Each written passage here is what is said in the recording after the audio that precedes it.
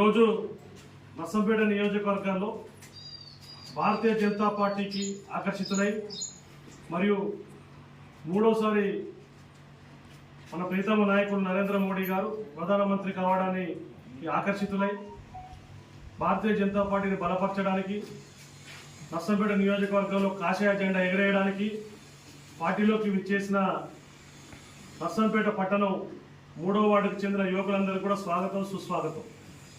ఈ సందర్భంగా నర్సంపేట నియోజకవర్గంలో ఉన్న యువకులందరికీ కూడా ఒక ముఖ్యమైన విషయం తెలియజేద్దామని ఇక్కడ వివరణ చేయడం జరుగుతుంది.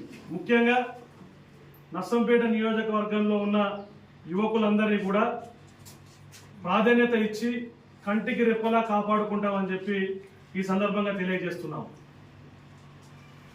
మిగతా వాళ్ళలాగా వాళ్ళ కార్యక్రమాలకు కానీ వాళ్ళ ప్రోగ్రామ్స్ కానీ వాడుకోకుండా భారతీయ జనతా పార్టీ ఈనాడు గ్రామ సర్పంచులుగా మున్సిపల్ కౌన్సిలర్లుగా ఎదగడానికి వారికి అవకాశం ఇవ్వబోతున్నాం రానున్న ఎలక్షన్లో అని కూడా ఈ సందర్భంగా తెలియజేస్తున్నాం.